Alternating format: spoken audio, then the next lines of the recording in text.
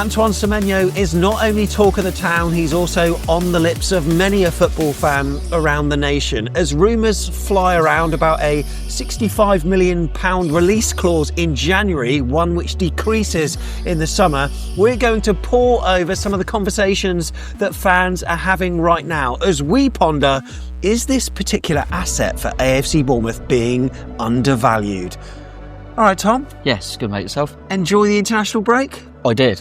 I thought it was brilliant international break. Got to be honest. I mean, fair play to them. I like to banter the other home nations, but some unbelievable stuff. Even the Ireland one, they didn't even qualified, but the scenes were unbelievable. And then the way the Scotland game ended up, and Belarus doing them a favour. I thought there were some brilliant games. Obviously, for England, the job was done, but we continued that record, conceded 0, which is very impressive. No other team did that. And nice for Scott to go and get amongst it. It's a shame he couldn't come on.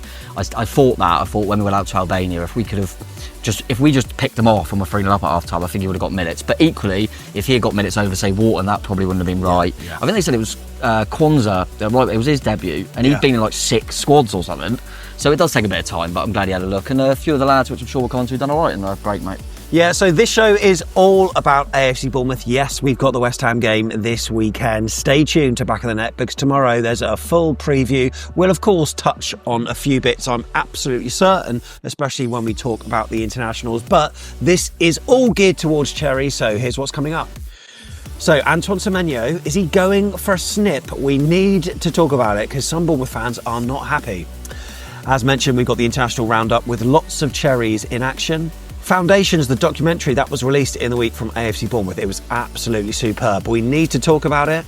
With the Black Knight Football Club, there are changes that are happening, both with Lorient but also Hibs as well. Plus, we'll ponder Tom's BBC submission this week where he had to state Bournemouth's best ever Cherries 11 in the Premier League. It's fair to say it raised a few eyebrows. Oh, tell you what, packed show. No wonder the preview's got to be all tomorrow. But look, Tom, start of this week, there was a tweet from David Ornstein mentioning that Antoine Semenyo has got a £65 million release clause in his contract at Bournemouth. We're showing it on screen for people watching on YouTube. And it reads that Bournemouth may be powerless to prevent the sale of Antoine in January. The contract includes, as we mentioned, £65 million release clause available to all clubs, but it must be triggered by a set date so Cherries get time to replace. It then applies again in the summer at a lower price. Initial thoughts on that, Tom? For me, seems a bit low. Yeah, it's not great. I'm not surprised that it's 65 million at all. I thought it's going to be lower than everyone thinks. I did think that. But why did you think that? I don't know. I just think that if you do 80, say you think he's worth about that, I think Semenyo and his agent probably think, well, a team would bid that anyway. I want reassurances that I can definitely go if I'm doing well. So, yeah, it would have gone down. But obviously that contract change was only done at the start of the season. So we've done this for a few months of Antoine Semenyo, basically. Seems a bit odd. I think it's definitely low in the current market. I mean, Antoine Semenyo is one of the best players in the league this season. That's definitely low. And you add into that, the Bristol City have a 20% sell-on profit from any profit that we made, and we signed him for around 10 mil, so they get a little bit as well. And yeah, I don't even like that, because a lot of people are saying, it's good that we've set a date, so say it's only the first 2 weeks of the window, so we get replaced. So that's common knowledge. So if we go to try and replace him after he's sold, every single club that we bid for a winger are going to go, well, we know how desperate you are. Because you've told everyone that we need time to replace him. So if we bid for a player 50 million for a winger, they're going to go, give us at least 70, you're desperate. So and the one at the end of the season, it decreases. I can't get me around that at all. So this has been manufactured by his agent, surely? Yeah, because to me, it seems that the club are a little bit powerless, like David Ornstein said. 65 million, Antoine knows that he'll go for that. Yeah. And we can't get any more than that? Is that the case? Yeah, I mean, we can. It'll just be very unlikely because obviously a lot of people say, if there's loads of clubs coming in, surely a club will go, all right, we'll do 70 then and then we can win. But Bournemouth have to accept 65 anyway. And so if you're going to want to win that bidding war, you just pay Antoine more. So you're not going to pay Bournemouth anymore. So, I know the Liverpool have been mentioned, but there's been rumours that Antoine met up with Amorim up in Manchester and all these kind of conversations in a restaurant or whatever. If the team that he likes or has been chatting to or whatever, if they come in, chances are he'll accept that. Yeah, I would have thought so, mate. Can't see why not. I mean, but then obviously he might get increased offers in terms of wages and stuff. Yes, exactly. Not all footballers are driven by wages. Sometimes you want to play for the team you want to play for. Yeah, listen, if you're getting like 100 grand a week anyway, and someone offers you 105, but you're desperate to pay for the other one, they'd probably just stick with the 100. It's not going to be like masses of difference with these big clubs I wouldn't have thought. But the thing I don't understand, mate, you've got it on there from Ornstein, which it says reluctantly, and it says they're going to try and... I've seen so much stuff from even like Mark McAdam, David Ornstein, all reporting that Bournemouth are going to do everything they can to keep him, but no, we're not, because we can't do anything.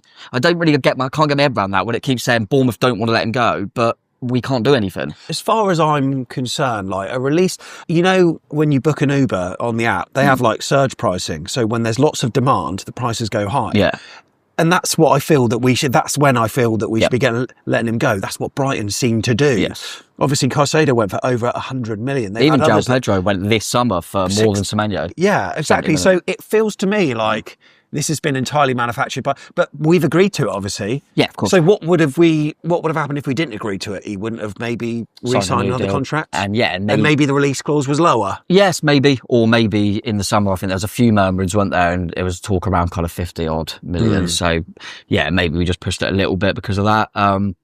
But yeah, it's a weird one, mate. But as I say, what I don't understand, it's not just us, by the way, but I remember release clauses were always at ridiculous prices, because it would be, if you want him that much, I think like Messi, for example, had like 500 million. Like, do you know what I mean? It was all to say we don't want him to go.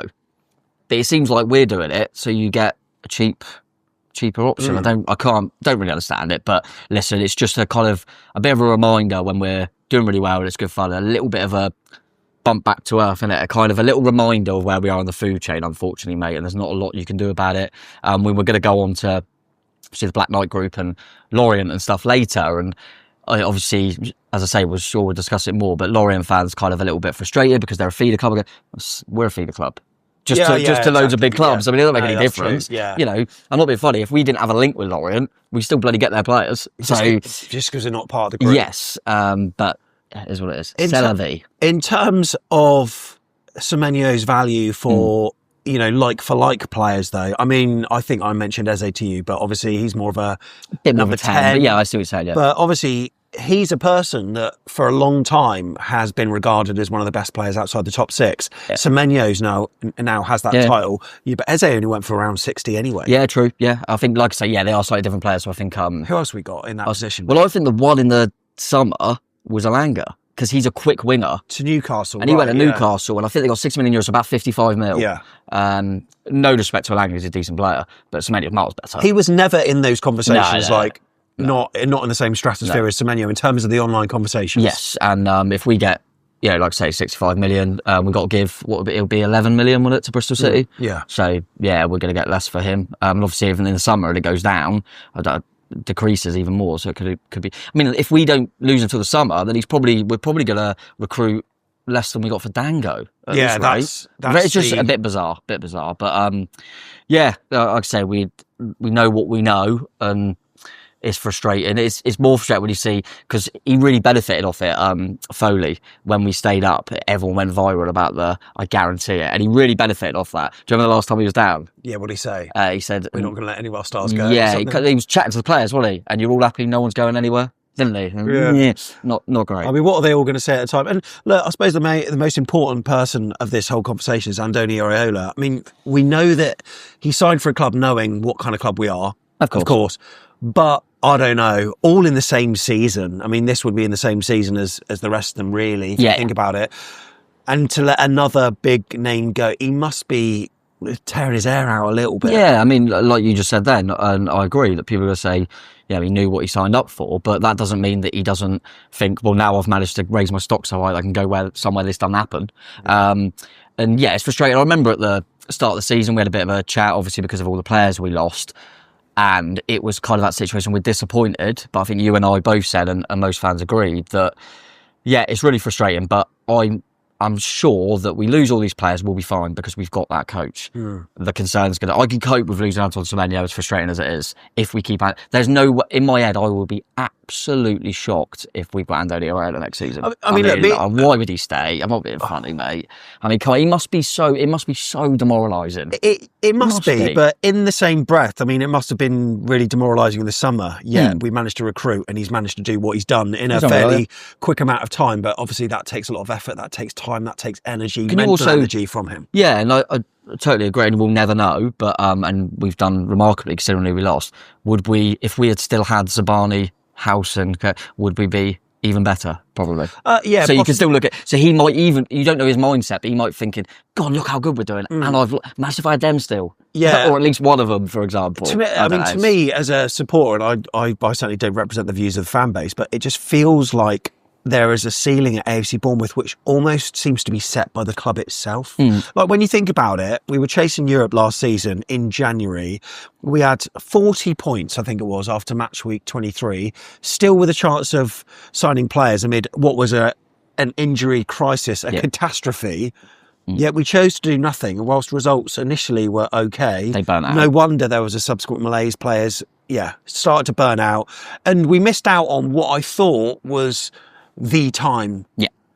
And we didn't get it. And it just almost feels like we're imposing our own limits and putting barriers in front of ourselves. Yeah, a little bit. No, I know what you mean. It is...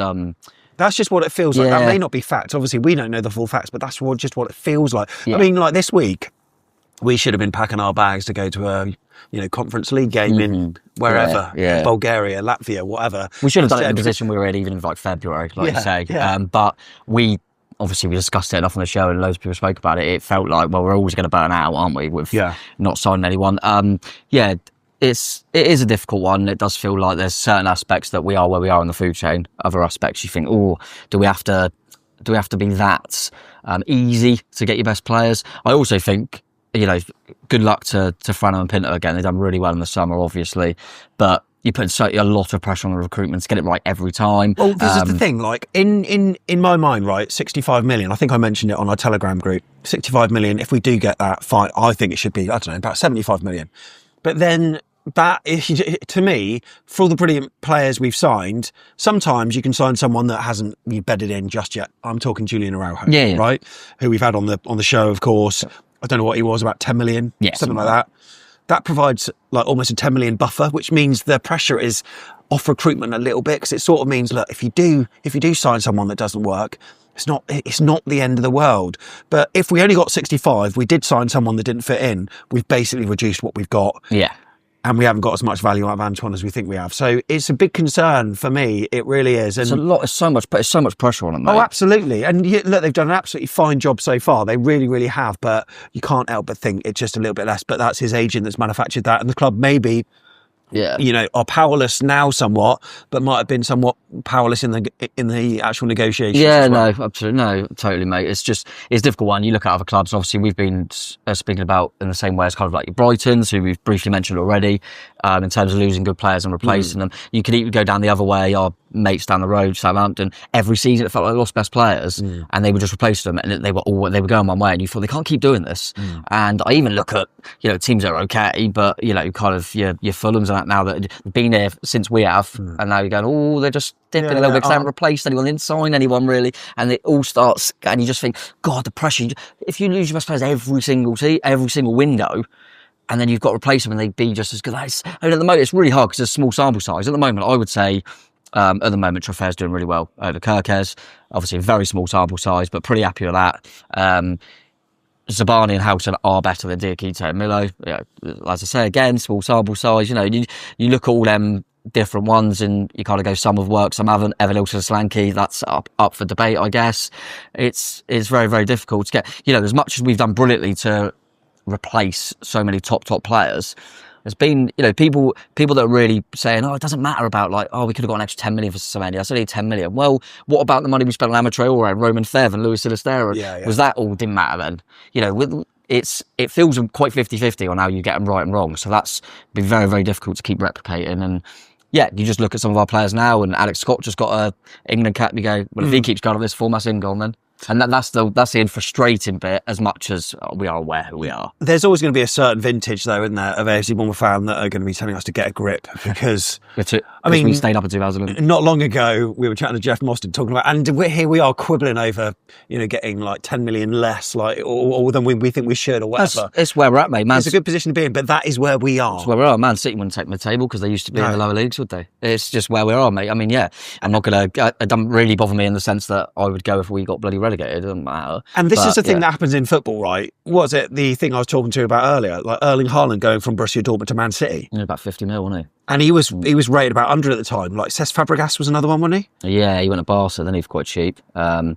It was the other one. Alexis Sanchez as well went for quite cheap to Barca from Udinese. But so there's been quite a lot. But I suppose it's happened the other way around as well. Neymar's one was over 200 million, right? Yeah, so that was pretty good. So, yeah, there has been quite a lot. I mean, the Kepa, who we've had, he went for the world record goalkeeper fee, like 80 mil. So, yeah, it can work both ways. It's one that's always going to be debated. It's always difficult. Why always us? Yeah, I do think it's that what hasn't helped in terms of for the club and in terms of the fee is that a lot of people are making the point of Howson and that we're not going to get burnt again. Because I always said with the Howson one, yes, it was low for who Howson is now. To be fair to the club, how could they have seen that coming? Yeah. So 50 mil was still decent. They would have thought at the time, well, yeah, of course. But Semenyo, they knew. Yeah. They knew how good he was. Surely they knew we could get more. But then maybe they wanted more, but Antoine's agent was just like, nah. Yeah. So what can you do?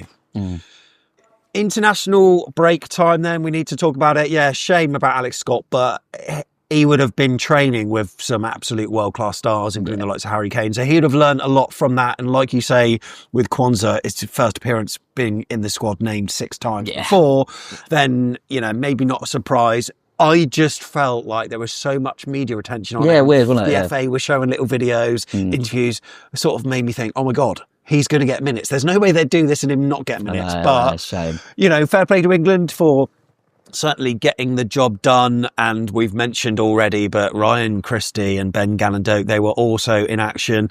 Ryan Christie played in both and scored. Ben Gannon-Doak played, scored in one, assisted in another, but then got injured. And that one, we'll talk about it in the team news on tomorrow's show, but it doesn't look overly good. But he was jumping about though, Tom. He was jumping about. Yeah, I don't really understand this jumping about thing. Like, if I've done my hamstring before. Have you done your hamstring? No. I've done my hamstring, a groin and all that sort of things. And they're injuries that there's no way I could play football next week, for example. But if you told me to jump up and down, I could do that. Yeah. I mean, I could celebrate. It's a bit different to playing a full match of football. Yeah. I'd be surprised if he was available. But to be fair, I watched the Scotland games because there was obviously a lot on both games. Where their comeback, even though it didn't quite happen, they lost 3-2 to Greece. It was all Gannon-Doak, mate. He was unplayable at times, really, really good, and there's definitely a player there.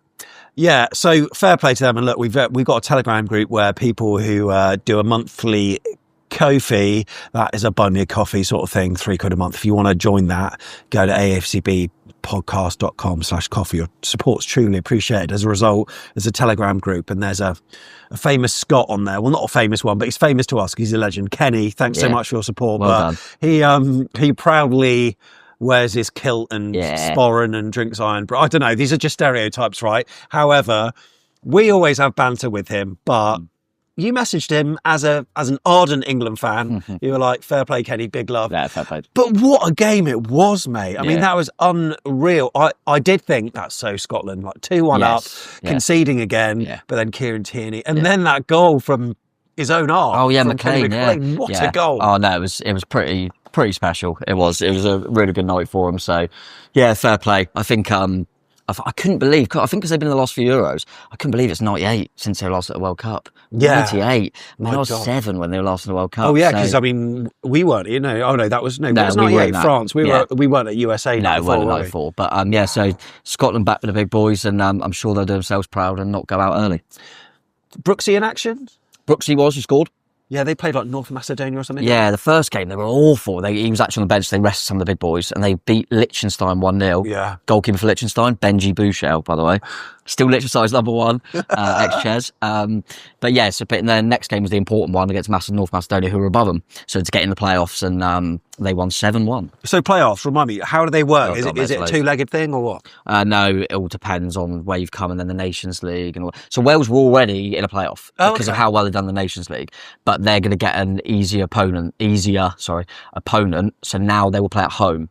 Oh, okay. So their game is a one-off game. Yeah. And I think Albania's one of them that was in our group that they can have. I think they can get Bosnia's probably the toughest they can get. Yeah. Bosnia and Wales. And so they've got a chance now, 7-1. And also shout out to our ex-Cherry, Harry Wilson, got a hat-trick. Fair play. And he was one, by the way, because I will always say he wasn't that good for us. I don't think he was that good. He scored a few worldies, but I never saw. I think he's so good now. Yeah. I never saw it coming. I'm like, he is like the best player. That's He's brilliant. unreal. So fair play to him. But yeah, Brooksy getting on the score sheet was nice. So who else of a Cherries persuasion was in action as well? Kroupy played. Kroupy scored. Obviously, Standard. I was like, oh, what? He's on the bench first game, 61 minutes. I went, oh, Kroupy's on 64. He scored. You know? And interestingly, actually, in the second game, he started on the left. Okay. I thought it was just quite interesting to see that, because we haven't really seen it yet. No. And just to know that, don't know exactly how he done. He didn't score in that one, but the fact that they obviously have utilised him there shows that he's got something there. Kluivert started in a crucial game for the Netherlands, so that was. I was impressed for Kluivert because I was like, well, you haven't started loads for Bournemouth, and you're getting in the starting lineup for people like Xavi Simons are on the bench, Tottenham's big signing and stuff. But he played and then he come off injured. Got sent home. And also Semenyo as well for Ghana.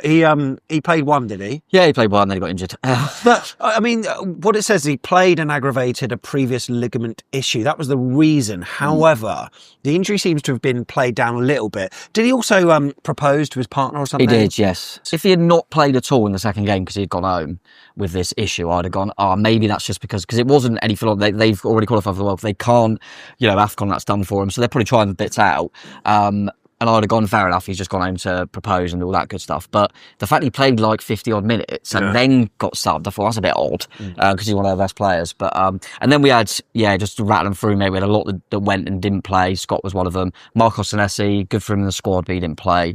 Petrovic and Milosavljevic didn't play. They've tried different things out. Obviously, they're out. Jimenez went with Spain on 21s but didn't play. And Archie Harris, who's on loan at Eastleigh, went with Wales under 21s. I think he only had one game, but he didn't play. This week, the club released Foundations, the documentary, the story of the state-of-the-art performance centre's creation from start to finish.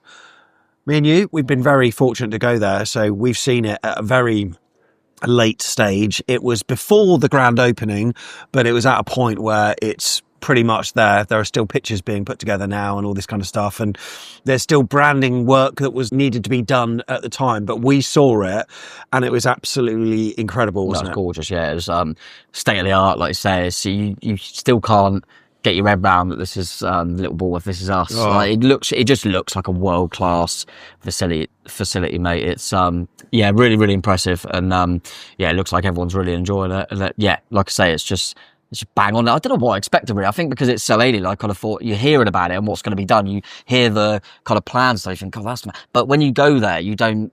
I still didn't really know what I was going to see, and I thought, it is bloody impressive. It is mad because as a person who sort of knows that area like relatively well, I sort of know what the area was like before. It was a golf course. Good golf course, by the way, on the old Riverside.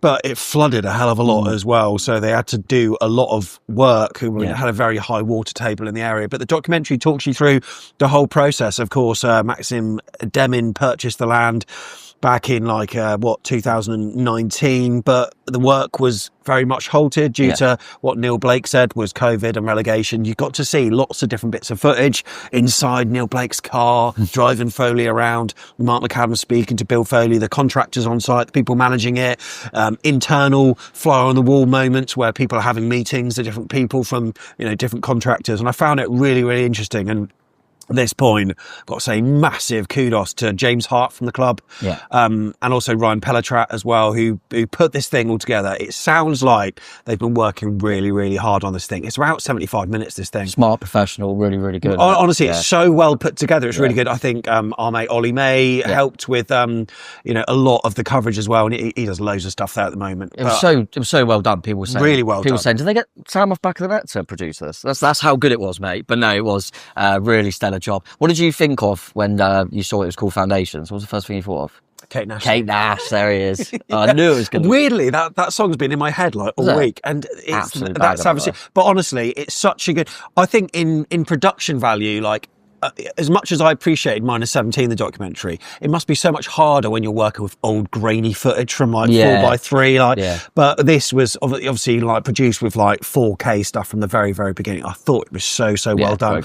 Takes you through to the modern day and all the conversations that they had, the different designs. Oh no, scrap that. We're going to have this one. Oh, actually, this is going to be changed. The dome's going to look slightly different. Honest, and the way that they managed to save money by, holding out for a couple of months and making little changes with the windows and stuff. Honestly, it's so well done. So congratulations to everyone from the club. It was really, really good. That sounded like an advert for AFC Bournemouth then. We're completely independent to the club, all right?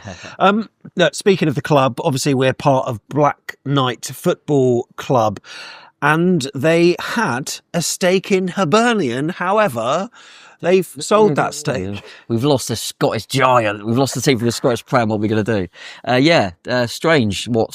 Nothing's really happened there. I don't really understand what has gone wrong in terms of what Foley expected from it, what they expected from them. I'm not sure. I think Bill Foley's language, the way he said it in one of the pieces online, was he basically described Hibs as a feeder club for AFC Bournemouth, which obviously probably doesn't go down well. Because let's face it, whilst they are in a league that is maybe agricultural, let's put it that way, they are a bigger football club than us. They've got European pedigree, they've got a bigger stadium. Obviously, financially, they've not got the same amount of muscle as we have, but it must be hard for their fans to hear that and be like, what? Yeah. How we've... But it's just him using that language as well, and it felt like some of the directions that they were going in, both the existing owners of the club, but also Bill Foley coming in, they didn't quite tessellate. I just always think, so the only way that it's going to feed a food to Bournemouth is them signing a good, young, exciting player, having him for, say, a season, then coming to Bournemouth.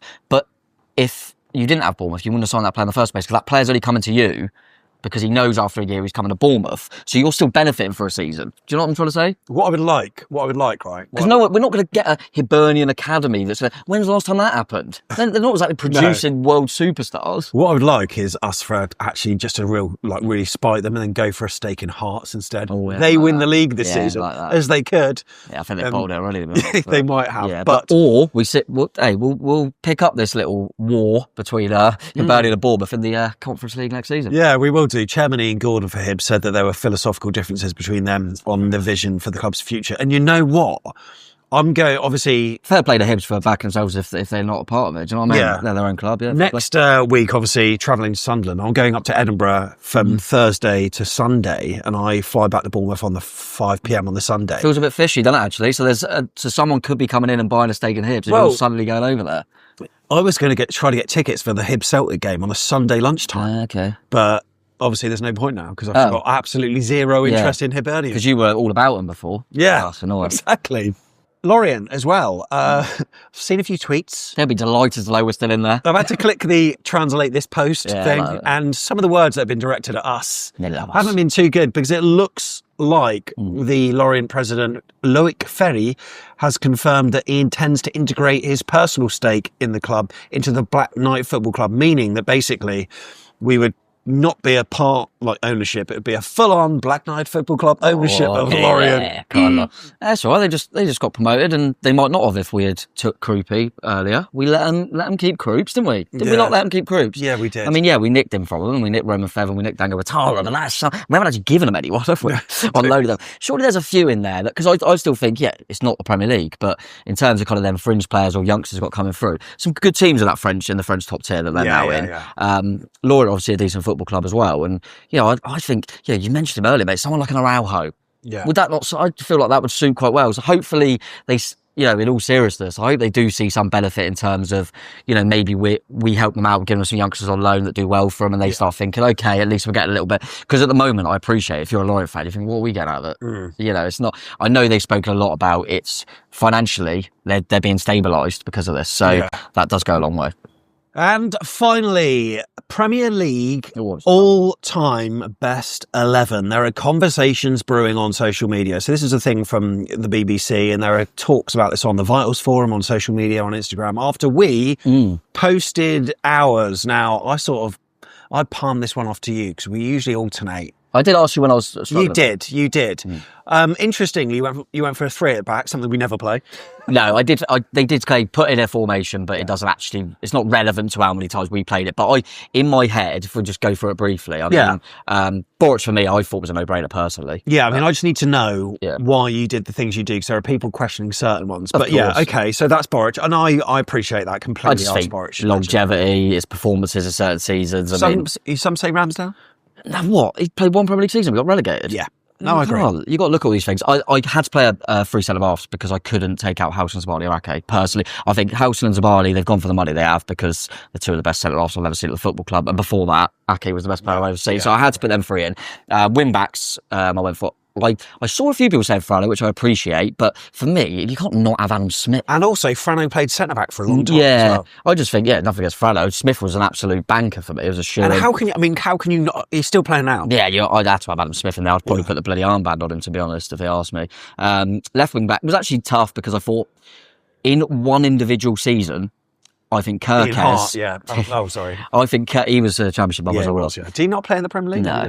Kirkes... last season, that was a better individual performance season than Daniel's ever had. Yeah, I think. But consistently for a period of time was Daniel. So I just nicked Daniels, but I could appreciate anyone that said Kirkes. And then I came to you for this one. So obviously you'd have played like Pugh in front of like Daniels, obviously then.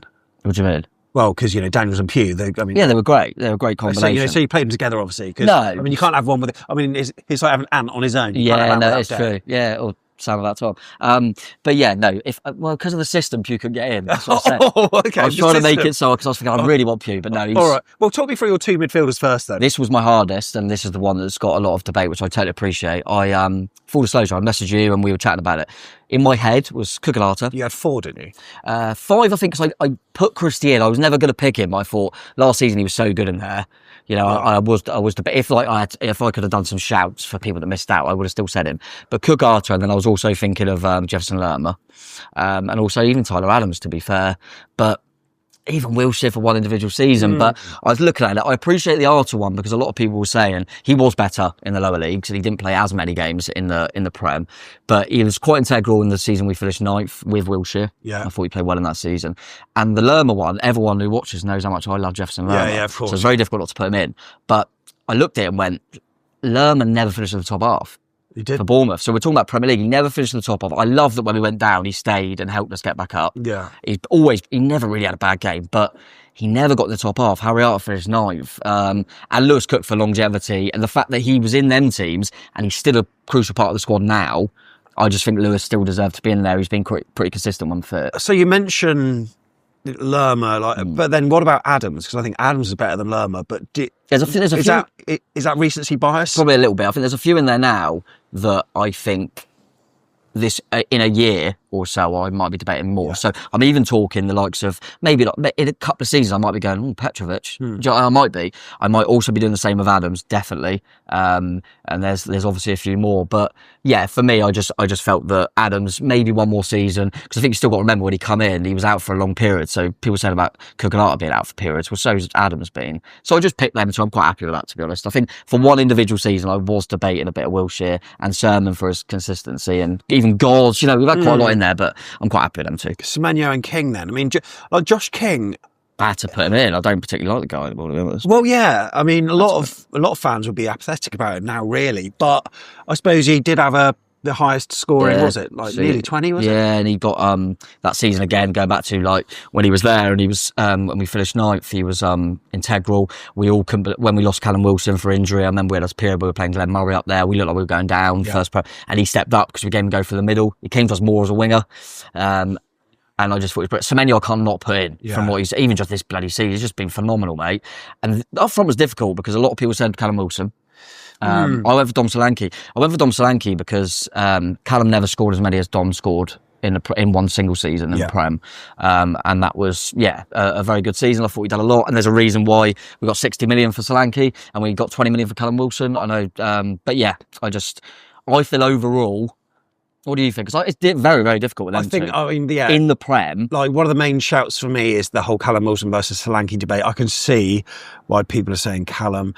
Steve Cook's another one that's like, it's so difficult. He's literally just because he's literally just not in there because of the quality of centre-backs available. I mean, could you put Steve Cook in there and put Ake over Daniels? If it was a 4, not wing back, difficult then. I didn't want to go too mad on that. Whereas King, I think, done enough out wide for me to be able to put him there in a 3. But yeah, just the Solanke one was one that it's almost like, I was like 51-49. It's very difficult. And at the end, I went for that one Premier League season. And also, they played a very similar amount of games in total. And Solanke just pitched Callum. So I went, I'm just going to go Dom for now. And also, we've got Callum Wilson at the weekend, so let's not, you know what I mean, whack him in there now. Everyone will go, oh no, you said. We're certainly looking forward to our game against West Ham, and stay tuned because there is more on the way. If you're listening to the pod, don't move a muscle. It is coming up. But if you're watching on YouTube, you can do a couple of things to be alerted for when the video's out. Yeah, click the bell and then you're alerted straight away. Click the like because you like it so much, and then the subscribe button is the one that matters the most. So do that. We love it. And also, I'm really glad they didn't ask me on that to pick a manager, because what would I have done? Great question. Put it in the comments. The Ches. My fingertips are holding on to the cracks. What'd you do? Because but in the Prem, he got relegated, and Andoni's our best ever manager in the Prem in terms of finish. Andoni.